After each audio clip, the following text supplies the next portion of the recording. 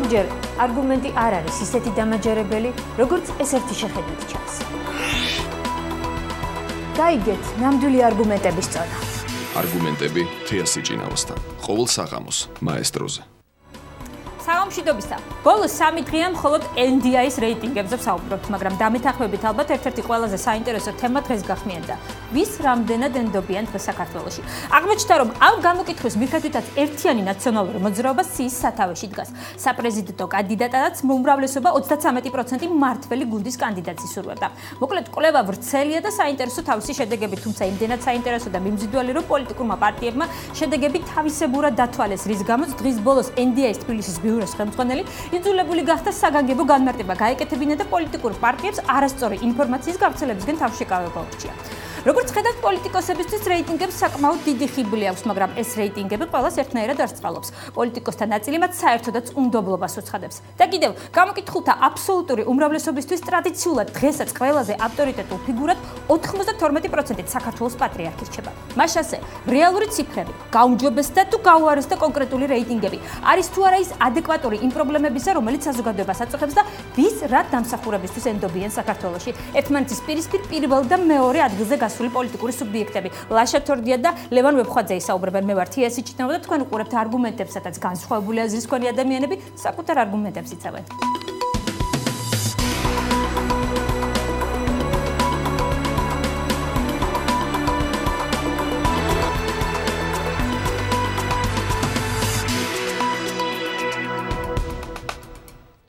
მაშასე თქვენ უყურებთ არგუმენტებს და ჩვენი სტუდიის სტუმრები არიან საქართველოს პარლამენტის წევრი, ერთიანი ნაციონალური მოძრაობის წევრი ლაშა თორდია, საქართველოს პარლამენტის წევრი ქრისტიან-დემოკრატი ლევან ვებხვაძე. საღამოშვიდობისა ბატონებო, ძალიან დიდი მადლობა იმისთვის, რომ მობრძანდი და ხართ ჩვენი გადაცემის სტუმრები. მაშასე თქვენთვის უკვე ცნობილია თქვენი პარტიული რეიტინგები, ასევე ცნობილია ლიდერების რეიტინგები, მაგრამ მთელი დღის განმავლობაში საკმაოდ დაიბნა საზოგადოება, რაღაც სხვადასხვაგვარად იყო წარმოდგენილი ეს რეიტინგები. მოდით პირველ რიგში თითოეული თქვენთაგანისგან მინდა თქვენი პერსონალური მონაცემები რომ გითხრა და შემდეგ უკვე გადავიდეთ რამდენად რეალური და ადეკვატურია და რის გამო მოგანიჭათ მაგალითად საზოგადოებამ ნდობა ამ საკითხთან დაკავშირებით. ჩვენ გვაქვს ჩვენ ჟურნალისტები გვაქვს ვართ და მე მგონი თქვენ აგესწავლებათ რომ მე არ ვიცი ლაშას არ ვიცი მაგრამ მე ერთი პრობლემა მაქვს რომ ჩვენ ეს კვლევა არის NDI-ის საკუთრება. NDI გარკვეული ნაწილი ამ კვლევის აი ხელში რომელიც მიგავია ის ნაწილი გახადა საჯარო გუშინ და დაურიგა ჟურნალისტებს. ხა ბუნებრივი არის მეორე ნაწილი რომელიც NDI-მ გთხოვა რომ არ გაგვეხმაურებინა მიუხედავად რომ ეს თქვენ როგორც მეუნებით გახმაურდა მე არ ვიცი რა გახმაურდა ჩვენ მაინც რაღაც დისკომფორტი გვაქვს მე მგონი ლაშა ამ თემის საუბრისას იმიტომ რომ NDI პოლიტიკოსებივე აკეთებენ ამ განცხადებებს და შესაბამისად ჩვენ ჟურნალისტებს პოლიტიკოსები გვაქვს ეს ინფორმაცია და არა სხვა ვართ კეთილსინდისიერი პოლიტიკოსები იმ კუთხით რომ როცა ადამიანმა ან ორგანიზაციამ ჩაატარა კვლევა და ამბობს რომ ეს კვლევის ეს ნაწილი მოდი იყოს დახურული და არის საუბრობდი ხო მე უთხარი კი არ ვისაუბრებ და რა ვქნა ხა დავждდა და ვისაუბრო კი ბატონო ვისაუბროთ ოღონდ მიახლოებით შეგვიძლია ხა რიცხვებზე მე ვერ გეტყვით რისი თქმა გსურთ ხა ნაციონალური მოძრაობის პოლიტიკური რეიტინგი გავიგეთ მაგალითად ჯერ კიდევ დილას რომ არაკეთილსინდისიერად იქცევა ამ შემთხვევაში თქვენი ოპონენტი ეს მათი პრობლემაა ჩვენ არა სხვა შორის ის რიცხვი რომელიც დავამთავრებ ის რიცხვი რომელიც ზუსტადაც გაახმაურდა არ ვიცი ვინ გააკეთა რაც ნაცმოძრაობიდან ეს მე NDI-მ სხვა შორის ეს რიცხვები უარყო ისე როგორც სხვა პოლიტიკური პარტიის გასაგებია მაგრამ მიუხედავად ამისა საყვედური ჟურნალისტების მიმართ ნამდვილად ვერ გექნებათ ეს ალბათ თქვენ კოლეგებმა ერთმანეთში უნდა გაარკვიოთ ვინ არღვევს ხოლმე ესე ვთქვათ თამაშის ერთგვარ წესს და პირობას მე არ ვქოს ბატონმა ლაშამ და არ არა მეც არ მithქვამს უბრალოდ თქვენი გამოხმაურების პასუხი იყო გააკეთა განცხადება ისე განცხადება ჩვენის მოდენ არ გადაკეთებულა ბატონო ლევან თუ დაასახელეთ ვინ გააკეთა მე ვიცი რატო დაიბნა NDI და რატო იყო შემდგომ ესეთი აჟიოტაჟი ატეხილი ეს ჩვენი მხრიდან ნამდვილად არ მომდინარეობდა იყო გარკვეული პოლიტიკური პარტიის მხრიდან დასახელებული რაღაც ციფრები რაზედაც შემდგომ მოყვა NDI-ის მხრიდან მათი პოზიციის დაფიქსირება ამიტომ ჩვენი მხრიდან არანაირი დაფიქსირებული პოზიცია ბატონო ჩვენ არ გამკეთებია არანაირი განცხადება 52% ესეთ ხდებოდა დილიდან ნაციონალურ მოძრაობასთან დაკავშირებით ჩვენთან დაკავშირებით პოლიტიკურ პარტიას აქვს უფლება ბატონ ლევანსაც და მეს ჩემ თავზე ვილაპარაკო მე სხვის პარტიის რეიტინგებს ნამდვილად არ დავსვი და არამდვილად არ ვაკეთებ იმაზე განცხადებებს ჩემზე შემიძლია ვთქვა და ამას ვაკეთებ თუმცა ის რომ სხვა პარტიები რაღაც განცხადებები გააკეთეს და რაღაც ციფრები მოიყვანეს ნამდვილად ჩემი საქმე არ არის და ამიტომ ხაზი გავავალოთ, რომ ჩვენის მხრიდან არანაირ პირობის დარღვევას ადგილი არ ქონია. პირველი შემთხვევა არ არის, ეს პირველი შემთხვევა არ არის. მედია საშუალებების წარმომადგენლები ყოველწლიურად იგებენ ამ რეიტინგებს, ბატონ ლევანი. რიცხვებთან დაკავშირებით. დღეს რატო გაგიკვირდათ ეს ამბავი? ყოველ წელს ხდება ხოლმე აფიშირება საკუთარი რეიტინგების. ნუ ეს თქვენ უნდა გაარკვიოთ. ჩვენი ვალდებულება გავაცნოთ საზოგადოებას ის რაც ხდება. ჩვენ არ ვაპელებ. ჩავატარებ კვლევაზე, ჩემი კუთვნილება იქნება ეს კვლევა, მე გამოვხურნებ. კარგით. სხვის ჯერი ახლა ვინც ჩაატარა თემას დაუბრუნდეთ, ბატონებო. თემას დაუბრუნდეთ. უნებრივია ხა ძალიან რთულია რიცხვი. კარგი, თქვენ თუ არ გინდათ დასახელება გარკვეული ციფრების, მე დავასახელებ, ამას არ არის პრობლემა. ასეთი კითხვა ჟღერდა NDI-ის კითხვაში. პირველი გამოკითხვა იყო თქვენ პოლიტიკური შეხედულებებთან რომელი პარტია დგას უფრო ახლოს? პასუხები ასე გადანაწილდა: ნაციონალური მოძრაობა 41%, ქრისტიანი დემოკრატები 12%, ლეიბორისტები 5%, თავისუფალი დემოკრატები 4%, ეროვნული ფორუმი 3%. კითხვა ასე იყო კიდევ დასმული. შემდეგ საპრეზიდენტო არჩევნებზე ვის მისცემთ ხმას? შედეგები ასე გადანაწილდა: ნაციონალური მოძრაობის კანდიდატს 33%, გიორგი თარგამაძეს 14%, ირაკლი ალასანიას 7%, შალვა ნათელაშვილს 6%, ნინო ბურჯანაძე გუბასანიკიძე 2%. იგივე კითხვა, ანუ ეხება პოლიტიკური პარტიებთან დაკავშირებით, რომელი უფრო ახლო დგას საზოგადოებასთან. იგივე კითხვა ჩატარებული იქნა ის იგივე გამოკითხვა თბილისის მასშტაბით და ესეთი შედეგი მივიღეთ: ნაციონალური მოძრაობა 28%, ქრისტიანი დემოკრატები 9%, თავისუფალი დემოკრატები 7%, ლეიბორისტები 6%, ეროვნული ფორუმი 6%. ასევე კითხვა, ვის მისცემთ ხმას ხვალ რომ საპარლამენტო არჩევნები იყოს? ნაციონალური მოძრაობა 48%, ქრისტიანი დემოკრატები 9%, ლეიბორისტები 5%, თავისუფალი დემოკრატები 3% და ბოლოს კითხვაზე ჩამოთვლილი პირები უფრო მოგწონთ თუ არ მოგწონთ? ნუ ეს კითხვა ჩემთვის ცოტა გაუგებარი იყო, მაგრამ როგორც არის დასმული, ისე წარმოგიდგინეთ. პასუხი ასეთი იყო: უფრო მოგწონს პირველი 92%, ილია მეორე, მიხეილ სააკაშვილი 65%, პოზიტიურად აფასებ თუ ნეგატიურად? კი ბატონო, მიხეილ სააკაშვილი 65%, გიგი უგულავა 63%, დავით ბაქრაძე, გიორგი თარგამაძე 61%. ეს არ ვიცი ჯამშია 61% თუ ცალ-ცალკე ბატონო ლევანი, თქვენ უკეთ გეცოდინებათ. არა, ეს რაღაც ჩისტომა. კარგით. მოკლედ, აი ესეთი სურათი დაიხატა. გამოდის რომ ნაციონალური მოძრაობა ამ რეიტინგების მიხედვით სათავეში დგას. თქვენი პროცენტული მონაცემები რამე შეცდომა დაუშვი ბატონო ლაშა ჩამოთვლის დროს? თავარ თემა აქ პროცენტულ მაჩვენებლებზე არ არის. ჩვენ არასდროს არ ვგეკლუცებთ პროცენტული მაჩვენებლები ჩვენი პარტიის. ამიტომ ჩვენი თავარი მიზანი არის ის, რომ გვეძლოს ხელი იმაჯის გულისცემაზე, რომელიც ჩვენ საზოგადოებას აქვს. და როგორია ეს გულისცემა? პროცენტი მითხარით თუ შეიძლება თქვენი პარტიის დაკავშირებით არის იგივენაირი როგორიც იყო ადრე. როგორია? დაახლოებით ამ მონაცემით და აქ არის განსხვავება რაზე ვსაუბრობთ ზოგადად არის მთლიანი ამორჩევლები რომლებიც მოდიან და მათი გამოკითხულიდან არის 49+3 ჩვენზე 49% 48+3 უკაცრავად 48% დიახ +3 ანუ მეორე არჩევანზე არის საუბარი და შემდგომში მართლაც ის ადამიანები ვინც მოდიან არჩევნებზე არჩევნების დღეს ამას ემატება იმ პროპორციით რა პროპორციითაც აქვს ზოგადად რეიტინგი კვლევის შედეგად სწორედ ამ პროპორციაზე იყო საუბარი 60%-ზე საუბრობდით თქვენ და ლუის ნავაროვის გააპროტესტა ჩვენ არ ვსაუბრობთ NDI-ის მონაცემებზე რომელიც აქ საუბარი არის მაშინ როდესაც არჩევნების დღე არის იმ მომსვლელი ამორჩევლიდან ემატება იმ პროცენტს რომელიც კვლევით არის წარმოდგენილი დაახლოებით იმ პროპორციით რა პროპორციითაც ზოგადად არის გადანაწილებული რეიტინგების სხვადასხვა პარტიებში შარშან რამდენი იყო ეს იგივე მაჩვენებელში ვიყავით შარშანას თუმცა კიდევ ერთხელ ვიმეორებ ეს არ არის თავარი თემა ეს არ არის ჩვენთვის რაღაც საამაყო თემა არ შეცვლილა მიახლოებით იგივე არის თქვენიც რომ ზოგადად მიწერილი აქვს თვითონ სოციალურ კვლევასაც რომ 3%-ში არის ცდომილება როგორც პლუსში ასევე მინუსში ამიტომ ამ ნაწილში ხა 1%-ზე და 2%-ზე დავა საერთოდ არ ღირს და საერთოდ არ ვფიქრობთ რომ პროცენტული მაჩვენებელი რამეს ნიშნავდეს ჩვენ კარგად ვთქვით ის პრობლემები. არ ბატონლაშა ეს პროცენტული მაჩვენებლები შემდეგ აისახება არჩევნებზე. არის ზოგადად ჩვენ ვიცით საზოგადოება რას უჭერს, ხარს უჭერს თუ არა ჩვენს პოლიტიკას, იმიტომ რომ ჩვენ პირადად საზოგადოებასთან გვაქვს ურთიერთობა, ვიცით მათი პრობლემები, რა პრობლემები აქვთ და რა პრობლემების გადაწყვეტაზე არიან ორიენტირებული, რომ რა პრობლემები უნდა გადაუწყვეტოს ზოგადად ხელისუფლებამ, ამიტომ ეს უფრო მნიშვნელოვანია. გასაკვირი ჩვენთვის ნამდვილად გასაკვირი არ არის, იმიტომ რომ ჩვენ გვაქვს საზოგადოებასთან ურთიერთობა, ზუსტად ვიცით რა პრობლემები აწუხებს ჩვენ საზოგადოებას. ვიცით რომ ეს დასაქმების პრობლემა პირველ რიგში ყველაზე მტკივნეული თემა და ზუსტად იმ პოლიტიკას ვახორციელებთ, რომ ეს ამ ადამიანებს ეს მტკივნეული საკითხები გასაგებია. იგივე ის არის მთავარი რომ თქვენივე გუნდის წევრი ამ შემთხვევაში ბატონ ლაშა 2010 წლის ივლისში საუბრობდა მე ვსაუბრობ შინაგან საქმეთა მინისტრზე ვანო მერაბიშვილზე რომელმაც კომერსანტს მისცა ინტერვიუ საკმაოდ ცნობილი ინტერვიუა ის საუბრობდა რომ ნაციონალურ მოძრაობას 2010 წლის გამოკითხვების და გამოკვლევების მიხედვით 65% აქვს თუ შეიძლება შემახსენეთ 2008 წლის არჩევნების დროს რა მონაცემი დაფიქსირდა ნაციონალური მოძრაობის სასარგებლოდ. იგივე დაახლოებით იგივე მონაცემი. რამდენი 65%? დაახლოებით იგივე, ზუსტად ვერ გეტყვით. გასაგებია. ბატონ ლევან, თქვენთვის როგორ მისაღებია ეს პროცენტული მაჩვენებელი, რომელიც დაფიქსირდა და ბოლო-ბოლო თქვენ ციგნებ დამიფიქსიროთ რამდენი პროცენტი გერგოთ მოსახლეობისგან?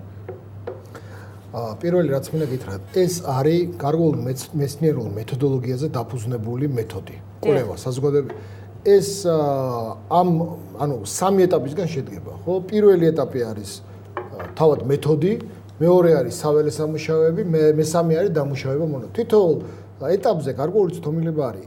კარგია კვლევა თუ მისი, ასე ვთქვათ, მეთოდოლოგია არ აღემატება ცდომილება, არ აღემატება 3%-ს. თუმცა ძალიან რთულია იმის თქმა, რომ როდესაც პირველ ადგილს პარტიებს შორის ხოობა არის დაუშვათ 5%, პირობითად ვთქვათ რა.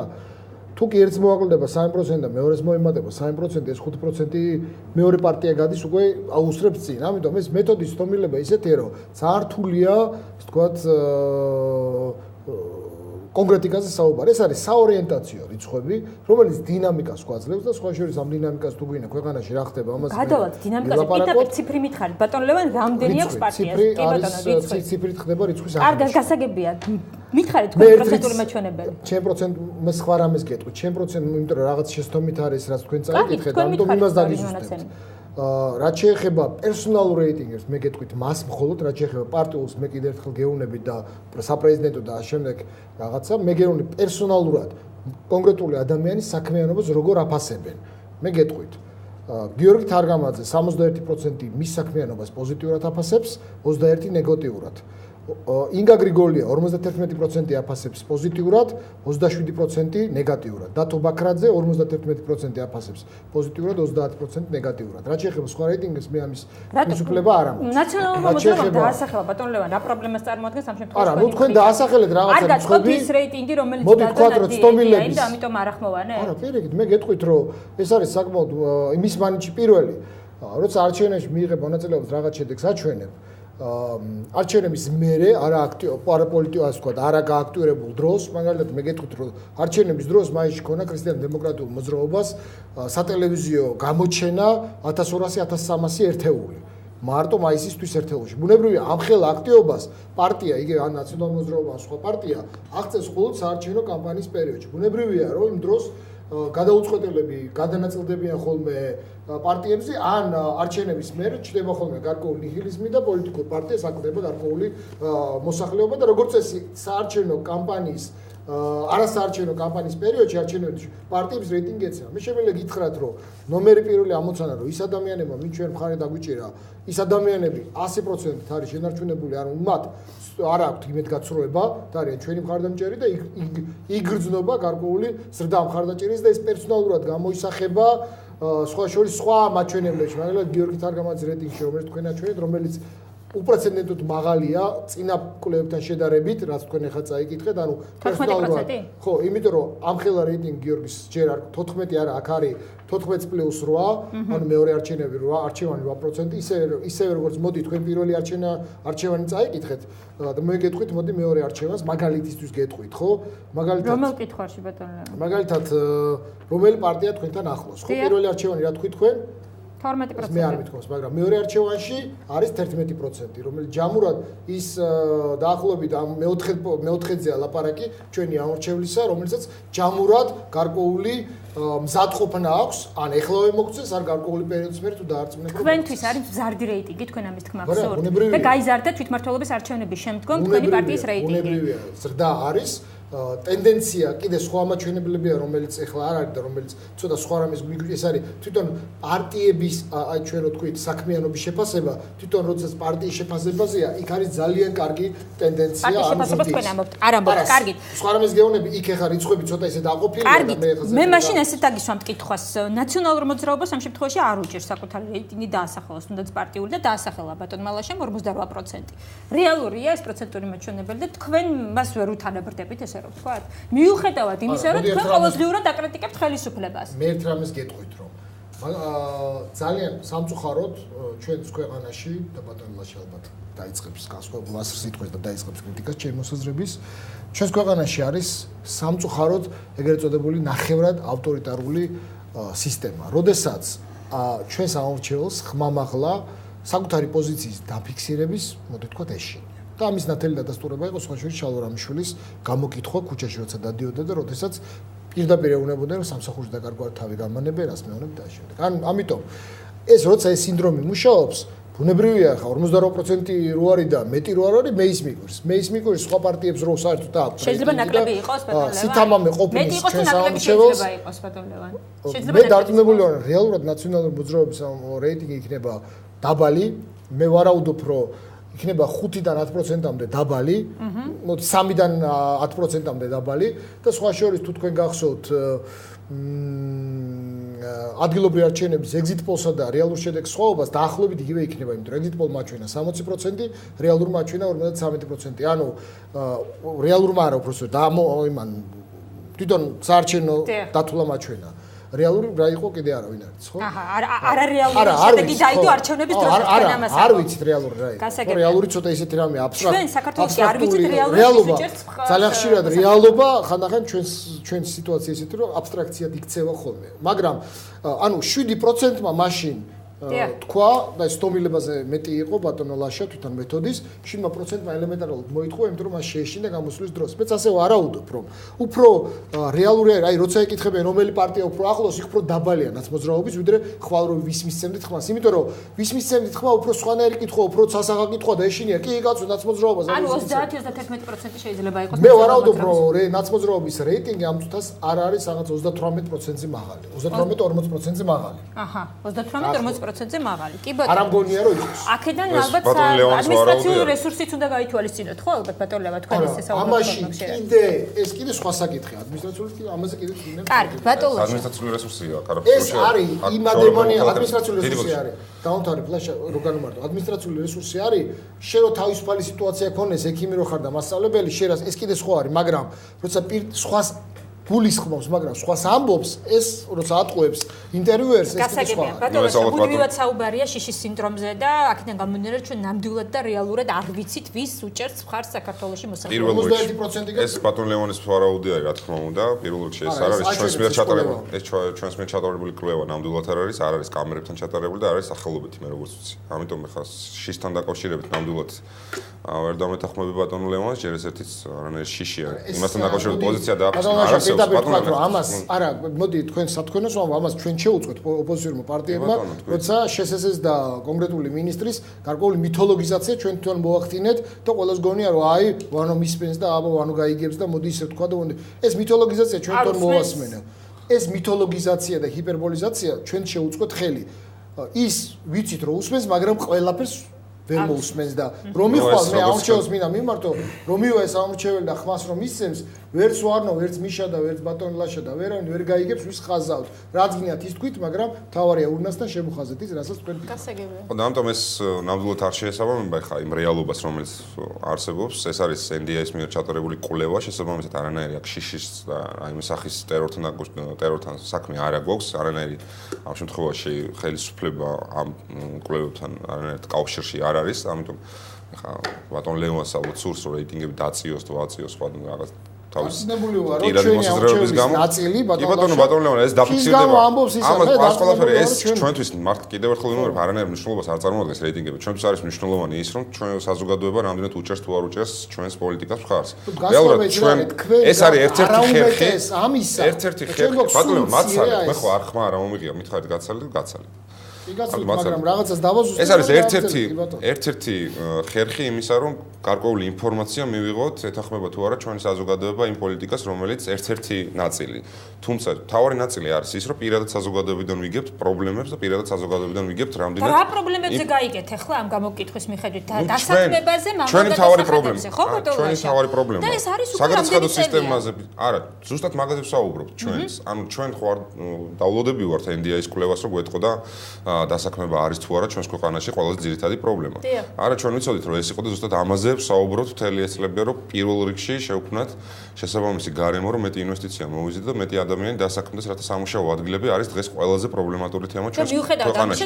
ეს დაფიქსირდა აქაც და ასევე ეს არის გამამაგრებელი კიდევ ერთი არგუმენტი ჩვენთვის, რომ ჩვენ ამ გზას უნდა მივყვეთ იმ გზას, რომ მეტი სამუშაო ადგილი შევქმნათ და მეტ ადამიანს შევქმნათ ნორმალური ცხოვრების პირობები. ეს არის მთავარი ჩვენთვის. რეიტინგებზე მსჯელობა 1% ნამდვილად არ არის ჩვენთვის ძალიან სერიოზული თემა. ბატონლაშა, თქვენ შეიძლება სერიოზულ თემად არ აღიქვამთ ამას, მაგრამ არ ვიცი, მტკივნეულად ყველანი რეაგირებთ რეიტინგებთან დაკავშირებით, ზოგადად პოლიტიკოსები და როდის ყოველთვის ეს ხდება, ბატონლაშა. 75% და თქვით თქვენ და მინისტრი ამბობს, რომ 75% აქვს პარტიას რეიტინგი, მაგრამ წელს დაფიქსირდა ამ შემთხვევაში 49% გაქვთ რეგრესი. 75% არ არის საუბარი, არავის არ უთქვამს, რომ 60% არის NDI-ის კვლევებით დაფიქსირებული. კიდევ ერთხელ უნდა გავამიჯნოთ. ამაზე ისაუბრებთ. NDI-ის კვლევებზე არჩევნების ეს არის გამოკითხვა, რაც დადო NDI არის ჩვენი 48+3, ანუ მეორე არჩევანი, ანუ 51 გამოდის, რაზეც ლევანმა ისაუბრა.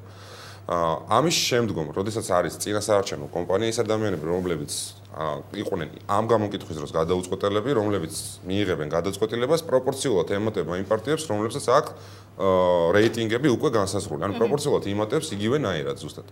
შესაბამისად ვარაუდი არის იმისა, რომ ამ რეიტინგით შესაბამისად მოიმატებს, ანუ ამორჩეულთა რაოდენობა მოიმატებს ნაციონალური მოძრაობის, ქრისტიან-დემოკრატების თუ სხვა პარტიების რაოდენობა, ანუ ამორჩეულის რაოდენობა იმ პროცენტული მაჩვენებლით, რა პროცენტული მაჩვენებლით არის დაალაგებულად ზოგადად კვლევა. თქვენს პარტიას ამ შემთხვევაში ნდობა არ დაკლებია მოსახლეობის მიერ. თქვენ ამის იგივენაირად ვიყავით შარშანაც, წელსაც იგივენაირად არის და იგივენაირად დაფიქსირდა, რომ მატება იყო დაახლოებით 10%, ანუ მერყეობს სადღაც 55-დან 60%-მდე. რა დამსახურებისთვის, რა პროგრამებისთვის, რა რეფორმებისთვის არ აკლდება ნაციონალურ მოძრაობას რეიტინგი და არ ემატება მაგალითად ქრისტიან-დემოკრატებს, ამაზე ვისაუბრეთ გადაცემის მეორე ნაწილში. გადაცემაში რეკლამის დროს დაგვალოდეთ ჩვენ დავბრუნდებთ.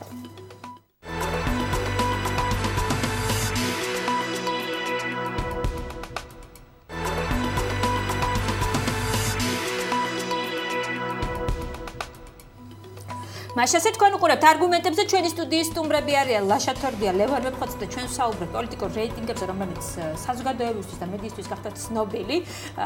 ბატონ ლევან, არაპოლიტიკური პარტიების მხრიდან როგორც თქვენ ახლა გადაცემის პირველ ნაწილში საუბრობდით, მაგრამ გახდა ცნობილი და ჩვენ ამაზე საუბრობთ. დღეს ამ მონაცემების მიხედვით ნაციონალურ მოძრაობას ის სათავეშია და როგორც ნაციონალური მოძრაობის წარმომადგენლები აცხადებენ, მათ ყველაზე კარგად ესმით საზოგადოების პრობლემები. ბატონ ლაშა, გამოკითხულთა უმრავლესობას 73%-ს აქვს განცდა, რომ ის არის უმუშევარი. უმუშევრობა არის ყველაზე მწვავე პრობლემა. უმრავლესობას ასევე აწუხებს კომუნალური გადასახადები, რომელიც გაზრდილია და რომლის ზრდასაც ჩვენ ამ პერიოდში ვადევნებდით ფოკუსს. მიუხედავად ამისა, რეფორმებს, რომელსაც ატარებს ხელისუფლება, ესე ვთქვათ, ყველაზე მეტად მოსახლეობა უჭერს მხარს. ცოტა გაუგებარია, მაგრამ იქნებ თქვენ ამბობთ, სად არის აქ ლოგიკური კავშირი ერთმანეთთან?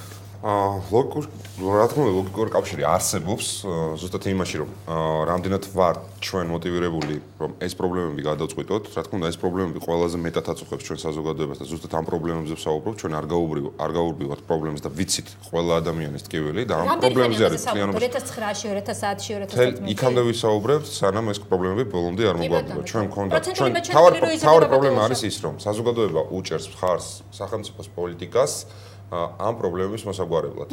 ზოგადად ეს პრობლემები იდგა ყოველთვის ჩვენს ქვეყანაში, შესაბამისად ამ პრობლემებზე, როცა ეკითხები ადამიანს, რა თქმა უნდა, ყველა ადამიანი აფიქსირებს ყველაზე პრობლემატურ საკითხს, რომელიც მას აწუხებს.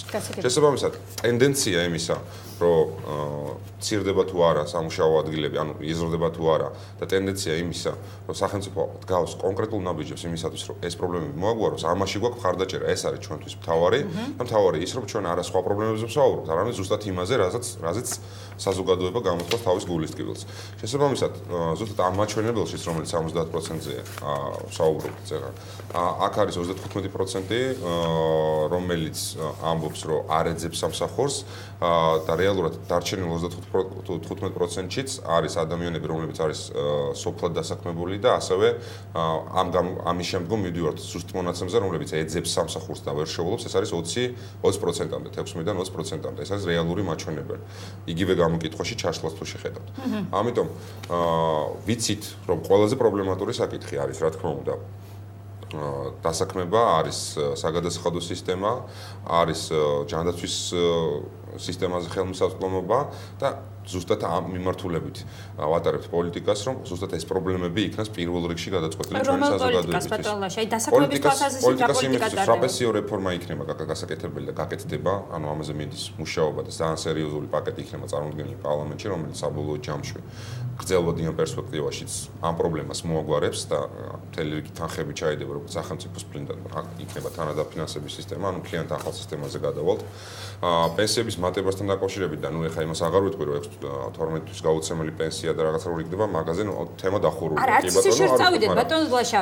პრეზიდენტის დაპირება 2008 წელს როდესაც პირდება და მოსახლეობას $100 პენსიას მაგრამ არ შესულა. იყო ნამდვილად და მაგას გავაკეთებით, რომ არა რომ არა რუსეთთან ომი და რომ არა ეკონომიკური კრიზისი, რომელმაც ზოგადად დააზიანა მთლიანი ეკონომიკური სისტემა სოფლიოს მასშტაბით, მათ შორის ჩვენიც. იმიტომ რომ ჩვენს დამოკიდებული ვართ ზოგად მოვლენებზე ეკონომიკურზე, რომელიც სოფლიოში ვითარდება, ინვესტიციების შემოდინებაზე, როდესაც სოფლიოს სხვადასხვა ქვეყნებში ინვესტიციების ზოგადად საბანკო სისტემის პრობლემა დგება, ინვესტიციის პრობლემა დგება, რა თქმა უნდა, ჩვენს ქვეყანაშიც უცხოური ინვესტიციების შემოდინების პრობლემა დადგებოდა. დადგა შესაბამისად ეკონომიკური ზრდის მაჩვენებელი შეგვიმცირდა. და ჩვენ გავაკეთეთ 2008 წელს პრემიერ-მინისტრმა გააკეთა განაცხადი, რომ ჩვენი მთავარი მიზანი იყო ამ წლებში შეგვენარჩუნებინა ის მდგომარეობა, რაც ჩვენ გქონდა. იმიტომ რომ ჩვენ არ გვინდა რომ მინუსში გადავსულიყავით და ეკონომიკური ვარდნა გაგვეცადა. ჩვენი მთავარი მიზანი იყო შეგვენარჩუნებინა ის მდგომარეობა, რომელიც ქვეყანაში იყო. ამიტომ ზუსტად ამას ვაკეთებ და უკვე წელს ფიქსირდება და დაფიქსირდა ბიუჯეტის ეკონომიკური ზრდა უკვე 6.4% და ვარაუდობთ, რომ ეს პროცენტული მაჩვენებელი გაიზრდება და იმ ნიშნულზე ავართ, რომელიც ვიყავით 2008 წლამდე. რა თქმა უნდა, რომ არა ეკონომიკური ზრდა, რომელიც ეხლა დაიწყო, ვერც პენსიას ვერ გავზრდით 100-ლარამდე, რასაც ვაკეთებ და აუცილებლად ის დანაპირები, რომელიც პრეზიდენტის მხრიდან იქნა გაკეთებული $100-თან დაკავშირებით, აუცილებლად ასრულდება. თუმცა ჩვენ ვიცით, რომ ვერ დაგიკონკრეტებთ, დამოკიდებული ვართ იმ ეკონომიკური ზრდის მაჩვენებელზე და ეს არის მთელი რიგი პროცესების თანმიმდევრულობა, რაც ზოგადად ქმნის მთლიან სურათს. ამიტომ ეს ამ პოლიტიკას საზოგადოება ხედავს, რომ ჩვენ არ მივდივართ უკან, ჩვენ მივდივართ წინ და შესაბამისად ამიტომაც აქვს ნაციონალურ მოძრაობას მხარდაჭერა ჩვენ თვლით და აუცილებლად ჩვენ ეს არ ნიშნავს იმას, რომ გულზე ხელი დავიკრიფოთ და ბედნიერად წამოვწვეთ, ნამდვილად ესე არ არის. ჩვენ უფრო მეტ პასუხისმგებლობას და უფრო მეტად უნდა გასაგებია ბატონ ლაშა. ბატონ ლევან, თქვენი ლიდერი დღეს აცხადებდა, რომ ის რომ ქრისტიან დემოკრატების მიმართ მხარდაჭერა იზრდება, გამოწვეული არა იმით, რომ ჩვენს გუნდში სიმპათიური ადამიანები არიან, იმით რომ ჩვენ ზუსტად ხედავთ ხალხის პრობლემებს და არა მხოლოდ იმით რომ ჩვენ კარგი, კი ბატონო, არა მხოლოდ ამით, ანუ აღიარებთ რომ სიმპათიური ადამიანებიც ყავთ პარტიაში, კარგი, კი ბატონო, რომ ჩვენ ზუსტად ხედავთ ხალხის პრობლემებს და მოქმედებთ მათ დასაძლევად. თქვენ ამას აცხადებთ, მაგრამ რეიტინგების სხვა რამეზე მეტყოლებს. მიუხედავად იმისა, რაზე მეტყოლებს რეიტინგები? თქვენ არიცით რაზე მეტყოლებს ბატონ ლევან რეიტინგი? რეიტინგი არის 49% 48% ბატონო ლევან. ერთ წუთით, ჯერ ერთი მე გითხარით რომ ეს 48% არის გარკვეული შიშის ფაქტორი და ეხა აგიხსნი რატომ არის შიშის ფაქტორი. აი, ეხა მარტივ მაგალითი მომყავს. როგორი მიმართულებით ვითარდება საქართველო? არის საერთოდ კითხვები, რომელთაც ხდება, ასე ვთქვათ, мотиваციების განსაზღვრაც და ასევე ხდება რამდენად იმის განსაზღვრა, რამდენად გულწრფელია ამორჩეველი ამა თუ იმ პასუხში. ეხა მარტივ რამეს გეუბნებით. როგორი მიმართულებით ვითარდება საქართველოში? ბოლო 3 კვლევის მანძილზე ჯამურად ანუ აქ უყურეთ როგორ წერია საქართველოს ნამდვილად სწორი მიმართულებით ვითარდება და საქართველოს ძირითადად სწორი მიმართულებით ვითარდება. ჯამში ეს ნიშნავს გარკვეულ პოზიტიურ დამოკიდებულებას და ოპტიმისტურ განწყობას, როგორ ვითარდება ქვეყანა. ეს ნიშნავს იმას, რომ ხელისუფლების მხარდამჭერები არიან აქ. ხელისუფლების მხარდაჭერა ის, ვინც მიიჩნევს, რომ არ სწორედ ვითარდება საქართველოს, ხომ მეთანხმებით? ან ნაწილობრივ, ან ძირითადად სწორედ ვითარდება საქართველოს. ეს არის ხელისუფლების მხარდამჭერები. ჯამში აქ ყოველთვის იყო, აი უყურეთ 2009 წელი, 2010 წლის აპრილი, 2010 წლის ივლისი, ჯამში რომ შეკრიბოთ მაგალითად 11 და 39, 12 და 41, 9 და 42, ხო 50%-ზე მეტია. ეხლა წელს საქართველოს საერთოდ არ იცვლება. არა, წელს რა ხდება? 17 + 18, 35%-ია, რომელიც იზახის ან კარგად ვითარდება, ან ძირითადად კარგად. როგორ შეიძლება ხალხმა 52% ამობდეს გულწრფელად რომ მომწონსო ნაცმოძრაობა და ხმას მიცეო, როცა მხოლოდ 35% მიაჩნია რომ ძირითადად ან სრულად ვეთანხმები რომ სწორედ ვითარდება. ეს იმას ნიშნავს, რომ ეს აურჩეველი რომელიც ამობს ნაცმოძრაობა არასწორი, იმიტომ რომ ნაცმოძრაობა არის მართველი გუნდი და თუ შემხარს უჭერ, ესე იგი მიგაჩნია რომ ან ნამდვილად სწორედ ვითარდება, ან პრინციპში რაღაცა ვითარების კონტურები არის. ეს ერთ საკითხი, რომ გავშიფროთ, რომ ნაცმოძრაობის მხარდაჭერა და ის რეიტინგი არის ცოტა განსხვავებული, იმიტომ რომ ის არის არა გულწრფელობა მეთქი და გითხარი გარკვეული და არა კვლევის შედეგების ეჭქვეშ დაყენება? კვლევის შედეგები არ არის. მე შენთან მოდივარ და გეკითხები, შენ რას პასუხობ, შენი პრობლემაა. პრობლემა ის არის, რომ ნახევრო და ავტორიტარული ტიპის ქვეყანაში შენ არ ახარ გულწრფელი და კვლევაში დიდ ცდომილებს იძლევა. ეს არ არის ეს მხოლოდ 3%, ამას გეუბნები. და შესაბამისად აი ნათელი დადასტურება. 35% ამობს მხოლოდ ჯამურად, 17 + 18, კიდევ ერთხელ თუ გინებავთ, გაჩვენებთ. აქვე ეხლა მეორე ლევან 37% ამბობს რომ საქართველოს საერთოდ არ იცვლება. ხო, ანუ ეს არის სტაგნაცია, იმას არ მოსწონს. 8% რომელიც ამბობს რომ საქართველოს ძირითადად არასწორი მიმართულება. კი, და ნამდვილად არის, ანუ ეს არის 37% ეს არის სტაგნაცია, მას მიაჩნია საერთოდ ვერ მიდის წინ ქვეყანა. ეს არ არის ნაცმოძრაობის მხარდამჭერი. ეხლა მეორე საკითხი. შეხედოთ შუაში არ არის ეგ. პირდაპირ შუაში არის თავში. ეხლა მეორე გეტყვი ეკონომიკურ წინსვლაზია საუბარი. ეხლა გეტყვით აი კატასტროფა, სხვა შორის გუშინ ერთ-ერთ ნაციონალურ აღარ დავიწყებ ეხლა პერსონიფიცირებას, ერთ-ერთ ნაციონალურ არხზე გაკეთეს რეიტინგი და ეს მოჭრეს, ეს არაჩვენეს. აი ყველაზე მთავარი. რა არის მთავარი? 2008 წლიდან დღემდე თქვენი ოჯახის შედარებით ხართ უარესად, უკეთესად თუ არაფერი არ შეცვლა. თუ 2008 წელს ამბობდა 25% ამბობდა რომ უარესად არის ჩემი მდგომარეობაო, წელს 37%-მდე გაიზარდა. და იმ ადამიანების ვიწყრინ სამდობდა უკეთესად ვარო 27% იყო და ეს 13%. სხვა შორის ეხლა ამდენი გამოდის.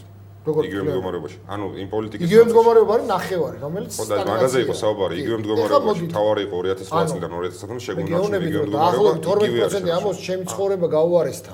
კი. და აქ ამბობს რომ 12 რამდენია რომ მხოლოდ 13%-ზე დაეცა ის იმათი ადამიანები, ვისაც რაღაცა ოპტიმისტური განწყობა. თუმცა მეტი ნაწილია გამოდის რომ იგივე მდგომარეობაში ან უკეთესადაა. 37%-ისთვის გაუარესდა ბატონ ლაშა და ეს არ არის შემაფერხებელი ციფრები? მე ხო, ანუ ცუდად გაუარესდა. სპეციალურად NDA-ს თხოვე ერთი რამე, რომ არ იყოს ეს მანიპულაციები. როცა უმუშევრობაზე იყო და 31%-იანი უმუშევრობა ფაქტობრივად დაფიქსირებული ახლა ამ თუთას ამ რეიტინგებში. მე ერთი რამე ვთხოვე რომ მათ აქვთ ქალაქების მიხედვით გაკეთებული ბათუმი, რუსთავი, ქუთაისი და თბილისი და სოფლები. მოდი, სოფლებს რახან ყველა სოფელში 99%-იანი დასაქმება, როგორც ბატონ ლაშა ამბობს, იმიტომ რომ რახან მიწამივეცით, ესე იგი დასაქმებულები არიან და ეს არის манипуляция და მეტი არაფერი. რეალურად манипуляция, სტატისტიკით და მეტი არაფერი. მოდი, კარგი რო არ იყოს მაგაზე დავა, სოფელში არიან თუ არა ეს ხალხი დასაქმებული. შემდეგ შეკრებაზე მოვიტანოთ ის მონაცემი, რომელსაც მე ვთხოვე რომ გააკეთებენ აუცილებლად.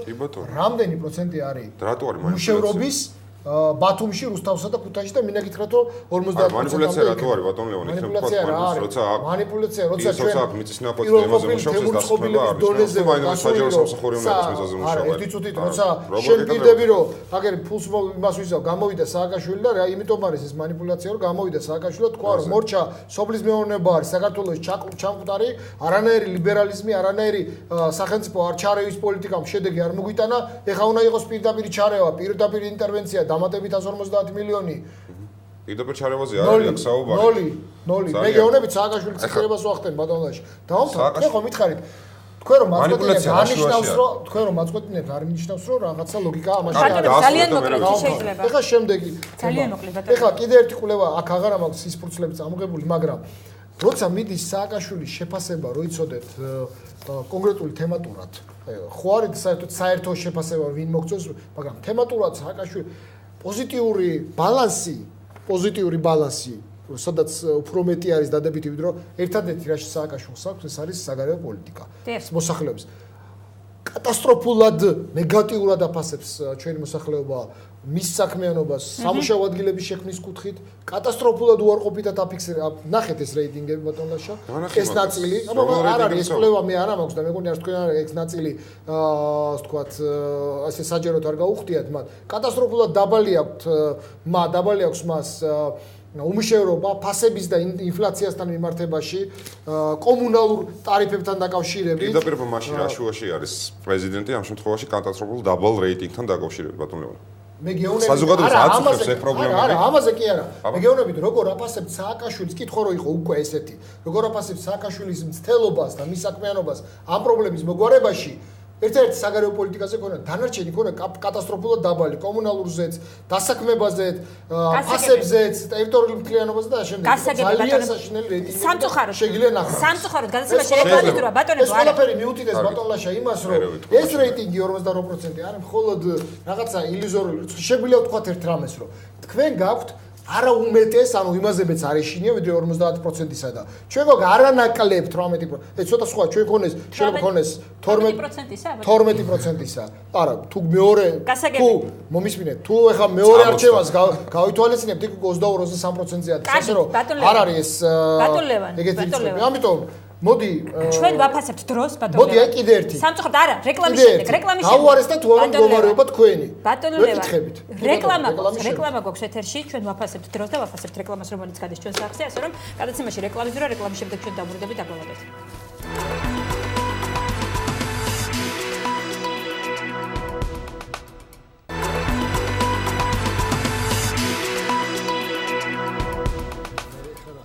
მაშასე თქვენ უყურებთ არგუმენტებს ლაშა თორდია ლევან ვებხვაძე ჩვენი გადაცემის სტუმრები და ერთმანეთის პირისპირ ბატონო ლაშა ძალიან ცოტა დრო გრჩება თქვენ უნდა პასუხი გასცეთ ლევან ვებხვაძესაც და მე ერთ ჩემს კითხვასაც ერთი კითხვა არის კიდევ რომელიც საკმაოდ საინტერესოა და რომელიც ასევე აინტერესებს მოსახლეობას ეს ეხება საპრეზიდენტო კანდიდატს და ნაციონალური მოძრაობის კანდიდატს 33% ერგო გამოკითხულთა უმრავლესობა ნუ ჩვენ არ ვიცით ვინ ეყოლება საპრეზიდენტო კანდიდატი იქნებ შეგიძლიათ გითხრათ, ვიზე ფიქრობთ? ნამდვილად არ შემიძლია გითხრათ, რომ არანაირი. ისე არის შერჩეული? არანაირად არ ჯერჯერობით შერჩეული არ არის საპრეზიდენტო კანდიდატი, ეს მაშინ იქნება გაკეთებული, როდესაც მოახლოვდება არჩევნები, ამ ეტაპზე ამას საუბარი არასერიოზულად მეჩვენება, ვინმე ჯერ კიდევ საპრეზიდენტო არჩევნებამდე არის 2 წელი და ციფრის არასერიოზულია, 33% არ არის საკმაოდ მაღალი პროცენტული მაჩვენებელი, როგორც მივხვდები თუ არა? ზოგადად 2 წლით ადრე საპრეზიდენტო კანდიდატის საუბარი არ უჩვენება სერიოზულად, მით უმეტეს რეიტინგების დონეზეც ეს არ არის რეალური ციფრი, რომელიც არის მოცემული.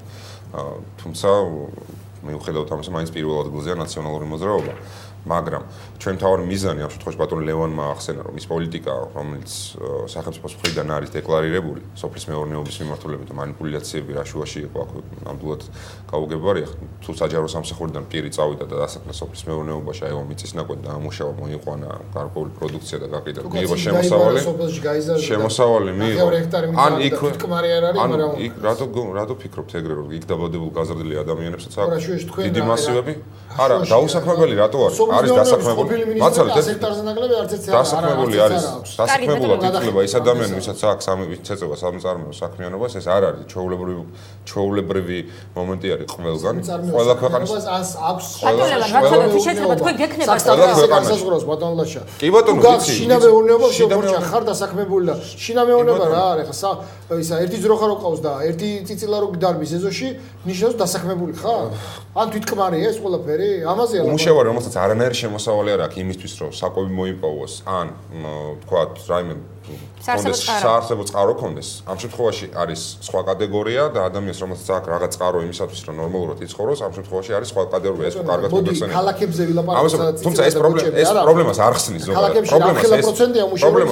პრობლემას არ ხსნის. ჩვენ ვიცით რომ ჩვენს ქვეყანაში ყველაზე მთავარი პრობლემა არის უმუშევრობა და ზუსტად პოლიტიკა სოფლის მეურნეობის მიმართულებით, რაც დაგვანახა სოფლიოს შემიმდინარე პროცესებმა, ხორბალთან დაკავშირებით, სიმინთან დაკავშირებით და სხვა პრობლემებთან დაკავშირებით, ზუსტად იმიტომ იქნა გადაწყვეტილება მიღებული დამატებითი სუბსიდირება მოხდარიყო სახელმწიფოს მხრიდან იმისათვის, რომ სოფლის მეურნეობაში კიდევ უფრო მეტი და ეს უმუშევრობის პრობლემას უშუალებს ბატონო. რა თქმა უნდა, როდესაც მეტი მიწის ნაკვეთები მოიხსნება, როდესაც მეტი მიწის ნაკვეთზე მოვა უფრო მეტი პროდუქცია, რომელიც ჩასაბარებელი პუნქტები გაჩნდება, ეს ლოჯისტიკური ცენტრები, ეს პროდუქცია შემდგომ ექსპორტზე გავა სხვადასხვა ქვეყნებში და უკვე სახელმწიფოს შიდა ბაზარი დაკმაყოფილდება შიგნით მოწეული პროდუქციით, ეს არის ძალიან დიდი შემოსავალი ყოველი კონკრეტული ოჯახის. ძალიან დიდი მადლობა ბატონო. გაბადლობთ ბატონ ლევან. თქვენ რას პირდებით თქვენ სამომრჩეველს იმისთვის, რომ ნაციონალური მოძრაობის რეიტინგი გადაფაროთ ამ შემთხვევაში? ამ შემთხვევაში თავარი არა რეიტინგები და დოღია, მე ასე ვფიქრობ და მე მგონი ასე თქვა, შეჯიბრი დოღი არ არის არჩევნები. არჩევნები არის საშუალება იმისათვის, რომ მოაგვარო პრობლემები და გეტყვით რა პრობლემები უნდა მოაგვარო აი ახლა. ძალიან მოკლედ. ძალიან მოკლედ. დღეს ჩვენ გვეუბნება ამორჩეველი. შეკვეთა, ეს არის ჩვენი შეკვეთა. დიახ. ამორჩეველი გვეუბნება, 46% გვეუბნება, რომ სამუშაო ადგილების კუთხით სიტუაცია გაუარესდა. 91% გვეუბნება, რომ ფასების ზრდის კუთხით სიტუაცია გაუარესდა. დიახ. 63% გვეუბნება სიღარიბის კუთხით სიტუაცია გაუარესდა და არა 4-ჯერ შეომცირეთ სიღარიბე. ვიცით ეს ბატონ ლევან. სამედიცინო მომსახურება 53% გვეუბნება, რომ სიტუაცია გაუარესდა. თქვენ რა იცით ის მითხარით? თქვენ იცით როგორ მოაგვაროთ ეს პრობლემები? უნებრივია, ჩვენ ეს სხვა შორის ეს ყველაფერი იყო მთავრობასთან ჩვენი დებატებამდე გაკეთებული, იმედი გვაქვს, რომ ამ დებატების დროს კონკრეტული ხედვა დაინახა ჩვენ მამუჩევრ ქრისტიან დემოკრატიული მოძრაობის და დარწმუნებული ვარ, რომ აი ეს რეიტინგები კიდევ უფრო განსხვავებული იქნება. ძალიან დიდი მადლობა. 70% იძახის, რომ ყველა ამ პრობლემის მოსაგვარებლად სახელმწიფო ატარებს ყველაზე სწორ პოლიტიკას. გასაგებია ბატონებო, ძალიან დიდი მადლობა. სად იძახის, არ იძახის. განახებთ აგერ ბატონო ხა. არა, თქვენ ამბობთ, რომ ატარებს თუ არ? კი. აი კითხვას შეხედეთ. არა, უნდა დავასრულოთ. არსებულ ახორციელებთ თუ არა თქვენთვის მნიშვნელოვანი ცვლილებების არა აი მით მანიპულირებთ და ახლა აგიხსნით ამას. კარგით ბატონებო. ცვლილებას ახორციელებს მაგრამ შეიძლება პოზიტიური იყოს და შეიძლება ნეგატიური. კარგით ბატონებო, ძალიან დიდი მადლობა. მანიპულაცია. გასაგებია ბატონ ლევან, ბატონ ლაშა დიდი მადლობა. ლაშა თორდია ლევან ვეფხაძე ჩვენი გადაცემის სტუმრები. ძალიან დიდი მადლობა. ზუსტად 9 საათზე თქვენ გელოდებათ მაესტროს ახალი ამბები მაკაცინცაძესთან ერთად 10 საათზე პირდაპირ საუბარი და ეკაბერძის სტუმარი იქნება დავით ბერძენიშვილი. მეორე შაბათამდე გემშვიდობებით ნახვამდის.